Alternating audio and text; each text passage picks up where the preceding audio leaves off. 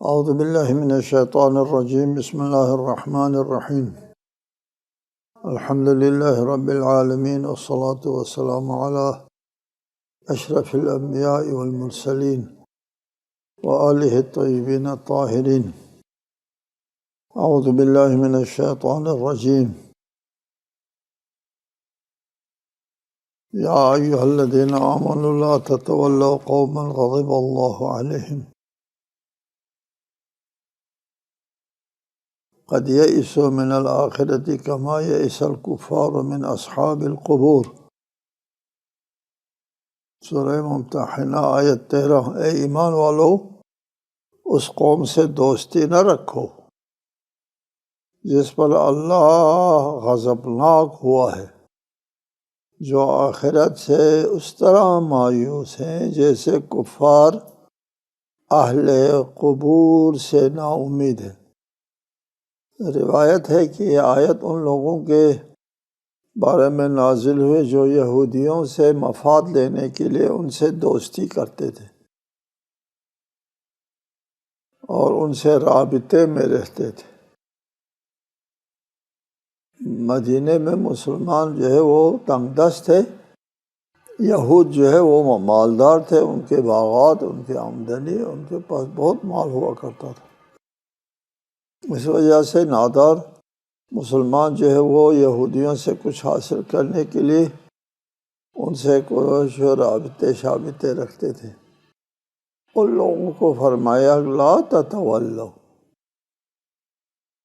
قوما، ایسے قوم سے دوستی نہ رکھو، یہودیوں سے جن پر اللہ کا غضب ہوا ہے،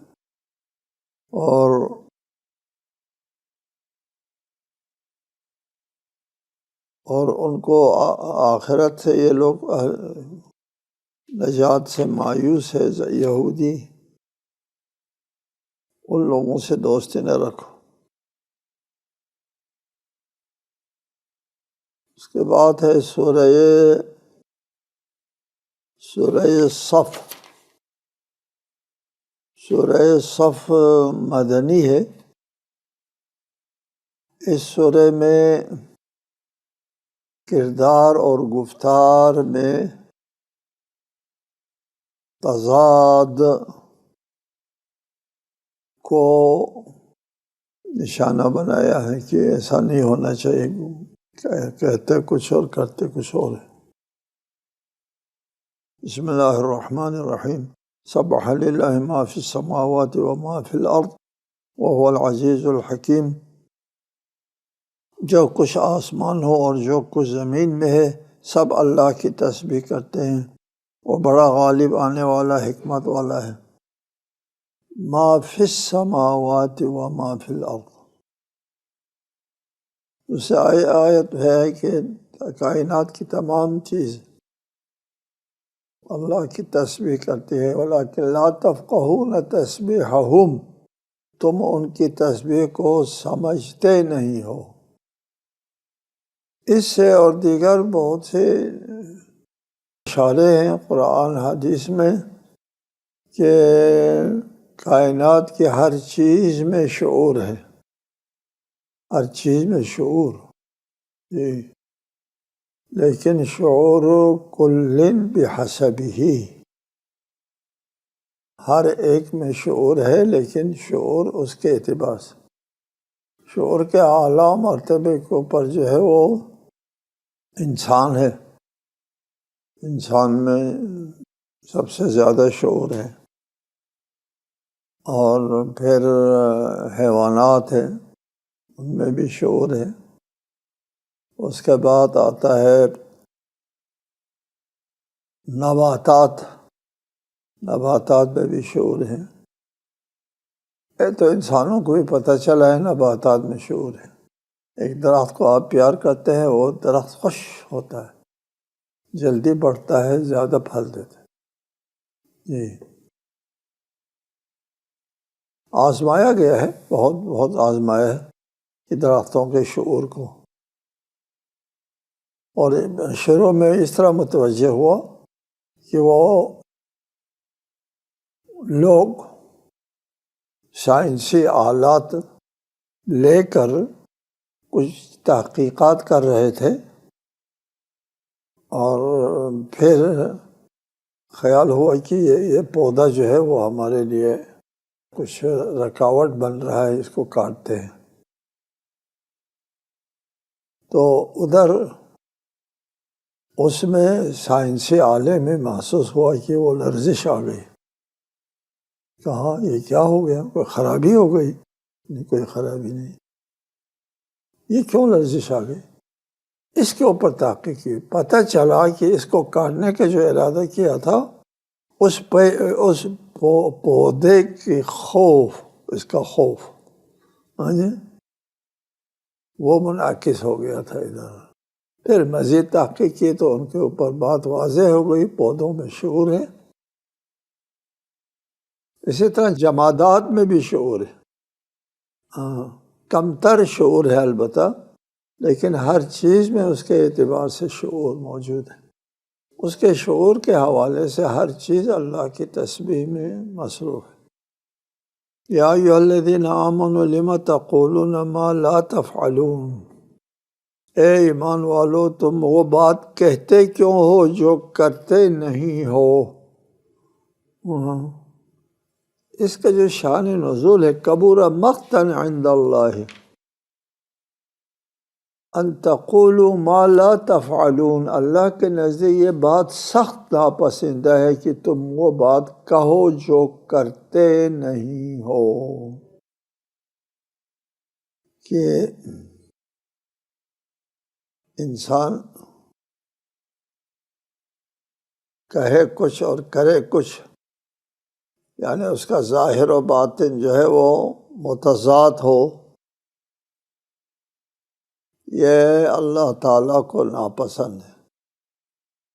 یہ انسان کی بھی اپنی بہت بڑی کمزوری ہے، جو نفاق، منافقت کی ایک ہی صورت ہے۔ یہ درجات ہوتے ہیں منافقت کی، اور یہ ایک درجے منافقت کے ایک درجہ کے اوپر ہے یہ کہ انسان وہ بات کرے جو کرتے نہیں ہیں، اور ان کی گفتار و رفتار میں فرق ہے۔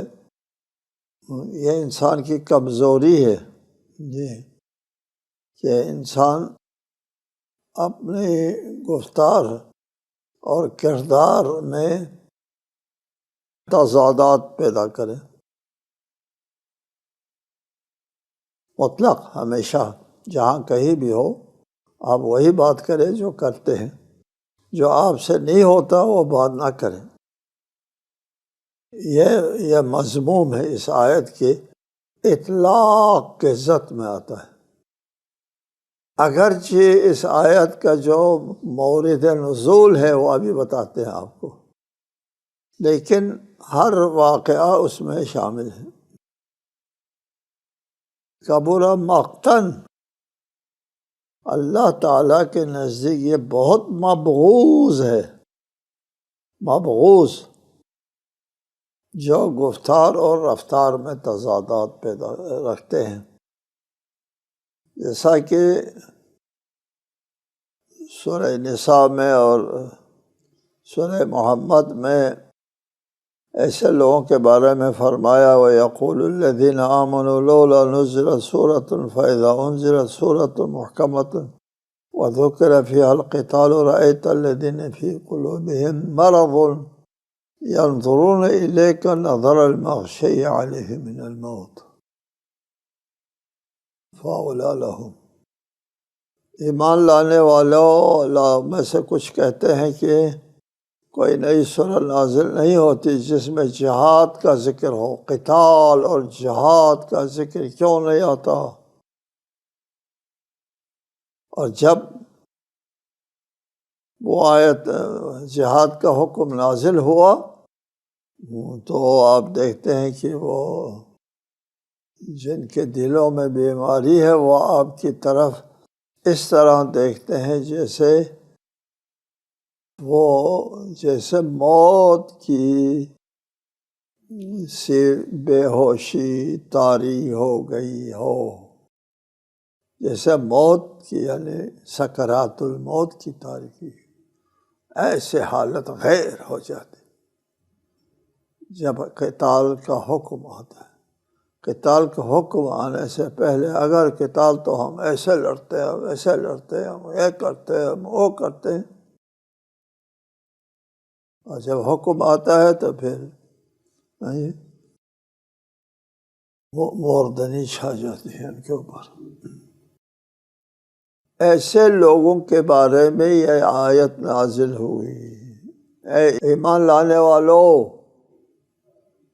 یہ کافر کی بات نہیں ہے، مخالفین کی بات نہیں ہے، موافقین کی ہے۔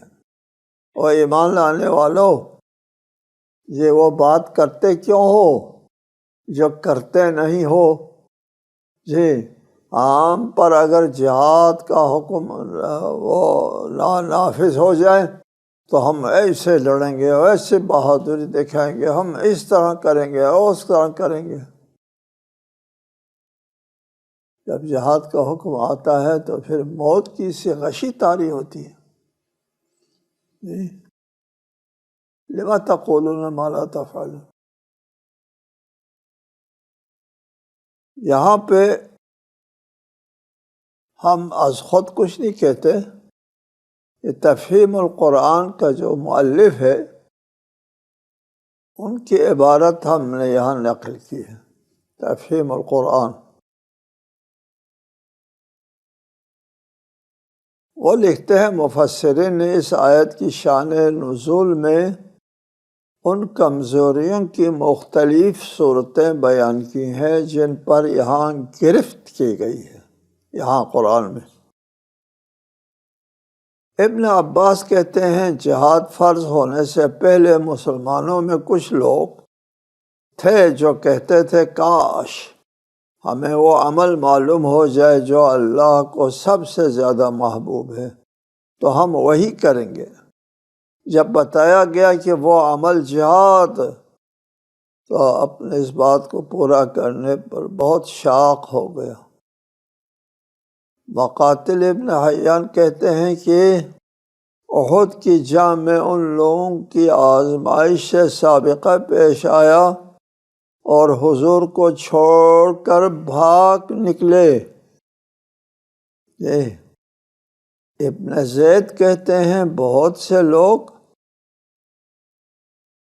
نبی صلی اللہ علیہ وآلہ وسلم کو یقین دلاتے تھے کہ آپ کو دشمن کے مقابلے کے لیے نکلنا پڑا تو ہم آپ کے ساتھ نکلیں گے، مگر جب وقت آیا تو ان کے وعدے جھوٹے نکلے۔ قتادہ اور ضحاک کہتے ہیں، یہ تفہیم القرآن کی عبارت چل رہی ہے، قتادہ اور ضحاک کہتے ہیں بعض لوگ جنگ میں شریک ہوتے بھی تھے تو کوئی کارنامہ انجام نہ دیتے تھے، مگر آ کر ڈھینگے مارتے تھے، ہم یوں لڑے اور ہم نے یوں مارا، ہم نے یہ کارنامہ اختیار کیا۔ کہتے ہیں انہی لوگوں کو اس آیت میں ملامت کا نشانہ بنایا ہے، جو کہتے کچھ ہے اور کرتے کچھ ہے۔ مقابلے میں دو لوگوں کا تقابل ہو رہا ہے۔ قرآن کے سیاق اور سباق سے بات واضح ہو جاتی ہے کہ رسول اللہ کے ساتھ جو رہتے تھے ان میں دو قسم کے لوگ تھے۔ ایک قسم کے لوگ یہ تھے جن کے بارے میں یہ لما تقولون ما لا تفعلون، اور ایک گروہ یا ایک قسم کے لوگ وہ تھے جن کے بارے میں فرمایا ان اللہ یحب الذین یقاتلون فی سبیلہ صفا کأنہم بنیان مرصوص۔ اللہ ان لوگوں سے محبت کرتا ہے جو اس کے راہ میں صف بستہ ہو کر اس طرح لڑتے ہیں گویا کہ وہ سیسہ پلائی ہوئی دیوار ہیں۔ دو گروہ، ایک گروہ لما تقولون ما لا تفعلون کبر مقتا عند اللہ ان تقولوا ما لا تفعلون. دوسرا گروہ یقاتلون فی سبیل اللہ صفا کانہم بنیان مرصوص. دو گروہ. یہ اللہ ان سے محبت رکھتا ہے. یہ یعنی جہاد سے کترانے والوں کے قول و فعل میں تضاد کو مبغوض قرار دینے کے بعد ان مجاہدوں کا ذکر آیا جن سے اللہ محبت کرتا ہے، کیونکہ وہ راہ خدا میں سیسہ پلائی ہوئی دیوار کی طرح ناقابل شکست ہو کر لڑتے ہیں. ہمارے شیعہ مصادر کا ذکر ہم کم کرتے ہیں، ہم متفق علیہ مصادر لاتے ہیں ہمیشہ. یک طرفہ مصادر نہایت نادر ہے. ہم نے اپنی تفسیر میں یہ طریقہ اختیار کیا ہے کہ تمام مسلمانوں میں جو متفقہ وہ ہے روایت ہے، اس میں اس کو سامنے لایا جائے. یہاں شیعہ مصادر کے علاوہ بعض سنی مصادر میں آیا ہے کہ اس آیت کا مصداق حضرت علی بن ابی طالب علیہ السلام کی ذات گرامی صفات ہے، اور چنانچہ شواہد تنزیل ایک تفسیر کتاب ہے، اس میں ضحاک ابن عباس سے روایت کرتے ہیں کہ ان سے پوچھا گیا کہ کانہم بنیان مرصوص کون لوگ ہیں؟ یہ سیسہ پلائی ہوئی دیوار کی طرح کے لوگ کون تھے؟ انہوں نے کہا حمزہ جو اللہ اور رسول کے شیر ہیں، اور علی بن ابی طالب، عبیدۃ ابن الحارث، مقداد ابن الاسود، ان کے بارے میں یہ نازل ہے. یہ ابن عباس کی روایت ہے. اس کتاب میں دوسری روایت میں کہا گیا ہے کہ یہ آیت نازل ہوئی ہے حمزہ، علی، حمزہ، عبیدہ، سہل ابن حنیف، حارث ابن سما اور ابی دجانہ کے بارے میں. یہ لوگ لڑنے والے تھے، ان کے بارے میں یہ آیت نازل ہوئی ہے. وَإِذْ قَالَ مُوسَىٰ لِقَوْمِهِ يَا قَوْمِ لِمَ تُؤْذُونَنِي وَقَدْ تَعْلَمُونَ أَنِّي رَسُولُ اللَّهِ إِلَيْكُمْ فَلَمَّا زَاغُوا أَزَاغَ اللَّهُ قُلُوبَهُمْ وَاللَّهُ لَا يَهْدِي الْقَوْمَ الْفَاسِقِينَ. اور جب موسیٰ نے اپنے قوم سے کہا اے میری قوم تم مجھے کیوں اذیت دیتے ہو، حالانکہ تم جانتے ہو کہ میں تمہاری طرف اللہ کا بھیجا ہوا رسول ہوں. بس جب وہ ٹیڑھے رہے تو اللہ نے ان کے دلوں کو ٹیڑھا کر دیا، اور اللہ فاسق قوم کو ہدایت نہیں دیتا. رسول اللہ صلی اللہ علیہ وآلہ وسلم کی قوم میں ضعیف الایمان لوگوں کی کمی نہیں تھی، اور اس کے لیے اللہ تعالیٰ نے فرمایا گا موسیٰ کے ساتھ بھی ایسا ہوتا رہا. حضرت موسیٰ نے بھی کہا ہے اپنے قوم سے مجھے اذیت کیوں دیتے ہو جبکہ تم مجھے رسول مانتے ہو.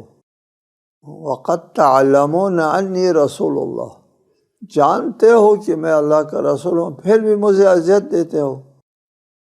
اے رسول، موسیٰ کے ساتھ بھی یہی کچھ ہوا ہے. جی حضرت موسیٰ کو اپنی قوم نے اذیت دی، اور یہاں تک اذیت دی کہ جب دشمن سے لڑنے کا وقت آیا تو موسیٰ کی قوم نے کہا تھا نا حضرت موسیٰ سے فَاذْهَبْ أَنْتَ وَرَبُّكَ فَقَاتِلَا، تو اپنا رب آپ دونوں جا کے لڑو. انت و ربک، اے موسیٰ تو اور اپنا رب یہ دونوں جا کے لڑو. اِنَّا هَاهُنَا قَاعِدُونَ، ہم ادھر آرام کریں گے، موسیٰ کی قوم نے کہا تھا. اذیت دیتی تھی قوم حضرت موسیٰ کو. اذیت کی نوعیت قرآن مجید میں مذکور ہے. وہ اذیت کی نوعیت یہی تھی کہ جنگوں میں ساتھ نہیں دیتے تھے، بھاگتے تھے۔ جی، یہ تسلی کے لیے رسالت میں آپ کے لیے فرمایا، صرف آپ کے ساتھ نہیں ہو رہا، قوم موسیٰ کے ساتھ بھی یہی ہوا ہے۔ فلما زاغوا، جب قوم موسیٰ میں کجی آ گئی تو اللہ نے بھی انہیں سجدہ نہیں کیا۔ ازاغ اللہ، اللہ نے بھی ان کو کج رہنے دیا، ٹھہرا کر دیا۔ فلما زاغوا، جب وہ ٹھہرے ہوئے ہیں تو اللہ نے ان کے دلوں کو ٹھہرا کر دیا۔ یہاں ایک بات میں کہا کرتا ہوں کہ اللہ تعالیٰ پہل نہیں کرتا۔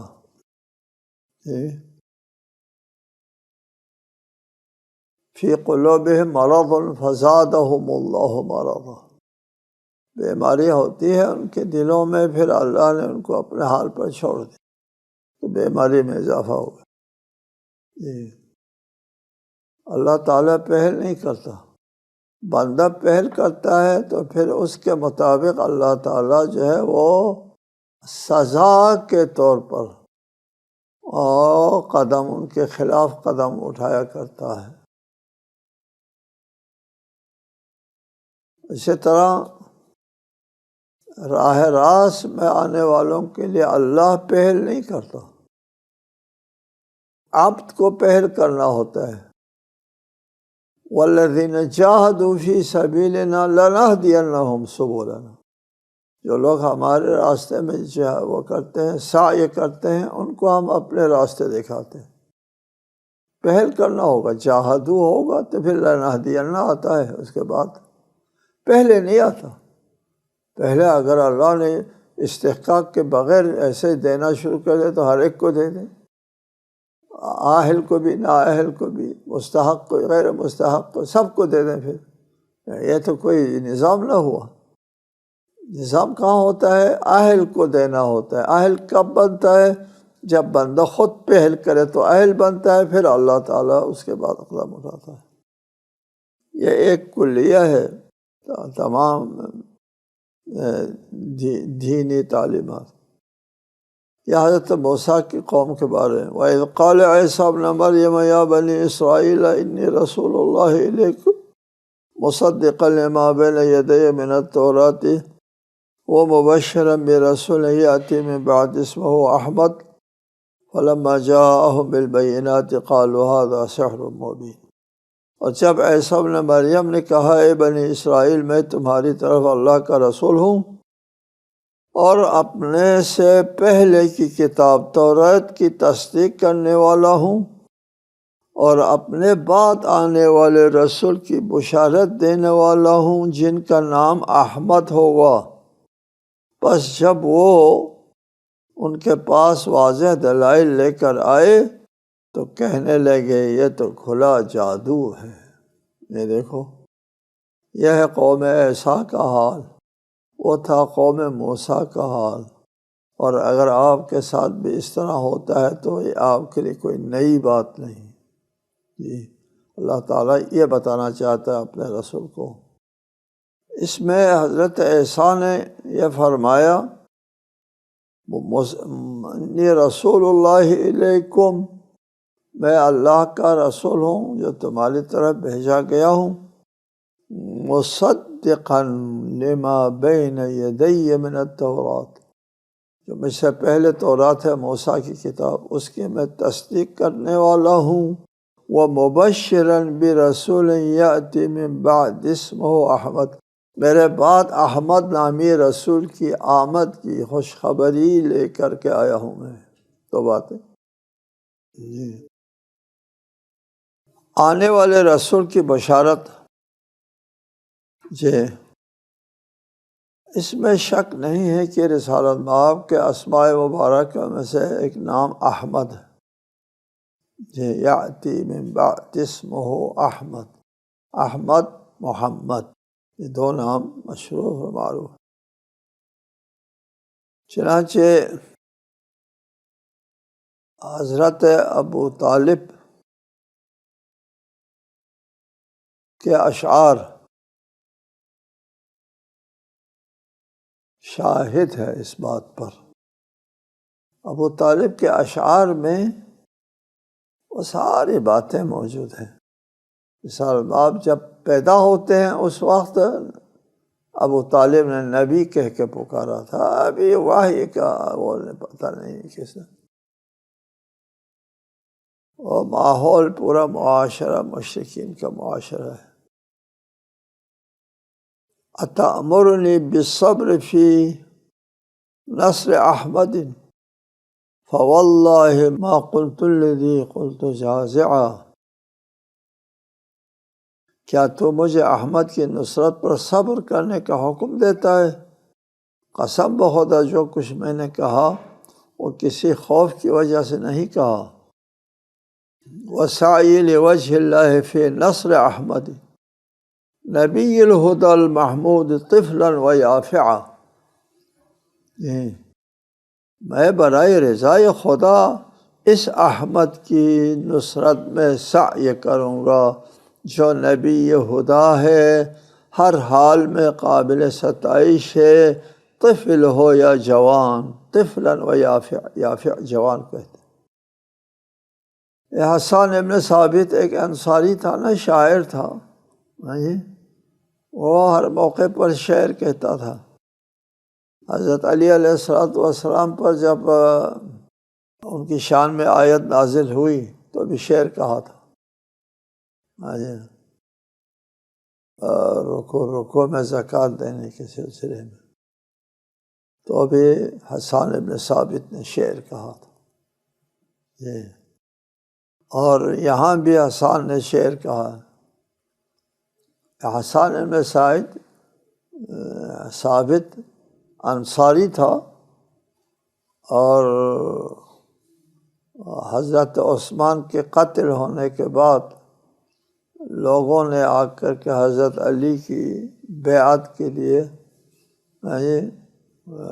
لوگ جمع ہو گئے، حضرت علی کی بیعت کی۔ کافی لوگ تھے جنہوں نے حضرت علی کی بیعت نہیں کی، ان میں حسان سر فہرست، اس نے بیعت نہیں کی۔ وہ کہتا ہے صفی الالہ ومن یحف بعرشہ والطیبون علی المبارک احمد، اللہ تعالیٰ نے عرش کے گرد موجود فرشتوں نے اور پاکیزہ لوگوں نے احمد کی ذات بابرکت پر درود بھیجا ہے۔ سلماب کے اسماء گرامی میں سے ایک نام احمد ہے۔ اس پر ہم اسلامی مصادر میں آپ کو شواہد پیش کر رہے تھے۔ ابو طالب نے کہا ہے، حسان نے کہا ہے احمد ہے، اور ان کے ساتھ سابقہ کتابوں میں بھی ہے، یہ سابقہ کتابوں میں بھی اس کا ذکر موجود ہے کہ سلماب کا نام تھا فارقلیط، ف الف ر قاف لام یہ طا، فارقلیط،